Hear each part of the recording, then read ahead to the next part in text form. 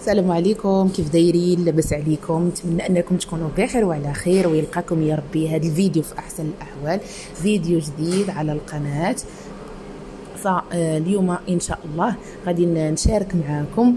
مشيت للمرجان ديال سيدي عثمان. ايوا درت واحد الدويره تمايا، مشينا نشوفوا الحواله كيف دايرين. راكم عارفين ملي تكون عندك الوليدات يعني ضروري تيبغيو يشوفوا الحواله قبل ما يبدا داك الاسبوع الاخر اللي تجي فيه الحواله، تيبداو تيبانوا عندكم في الحي ديالكم وداك الشيء. المهم انايا جيت لهنايا باش نشوفوا الاجواء ديال العيد. الصراحه كاين الثمن هذا العام، فكيف ما شفتوا السردي داير 59 درهم ونص، يعني كاين الثمن والناس تبارك الله يعني كاينين، يعني تيشوفوا بالحق ما كاين لا بيع لا شراء. الصراحه باقي عندهم الحواله كثار، فكما شفتوا هادو اللي هنايا قراب باقي ما مبيوعينش، واللي من الهيها اللي تيبان لكم كاين راجل الهيها يعني هما اللي تباعوا، يعني راه باقي تقريبا باقا واحد دابا راه باقا تقريبا 2 سيمانات. هنايا صورت لكم هاد الحواله هادو البرقيين حتى هما زوينين الصراحه، يعني اللحم ديالهم تيكون بنين وزوين. حتى هما صورتهم لكم، داير الثمن ديالهم دايرين 57 درهم ونص للكيلو.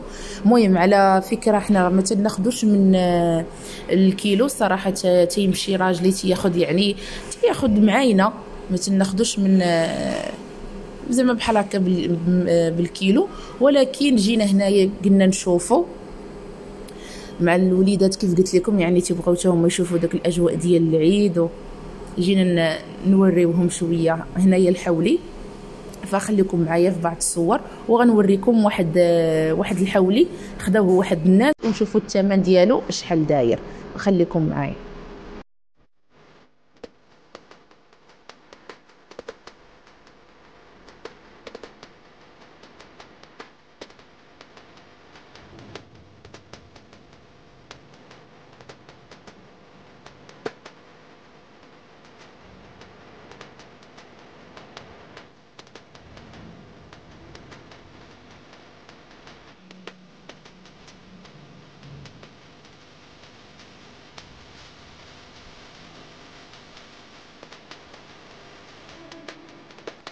هذا الحم في هاد حولي تني جو سنينات تني زوانه تني جو سنينات. ها الحم والحب والله ما في جرام ديال الشحم، والله ما في جرام ديال الشحم الحول، والله ما في. اشنو والله راه هو شي هذا.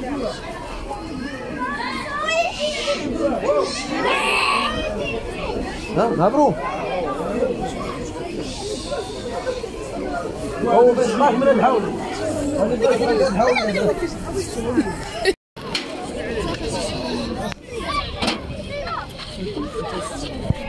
61 كيلو اخويا.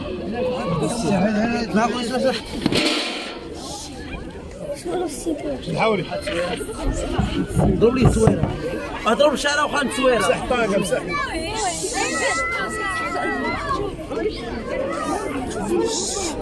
خلي يضرب الاستاذ يضرب لي السويره ديالو. انا صور لي الطنجه الريال شويه 61 كيلو اختي. شحال الثمن ديالو؟ كيلو ما كاينش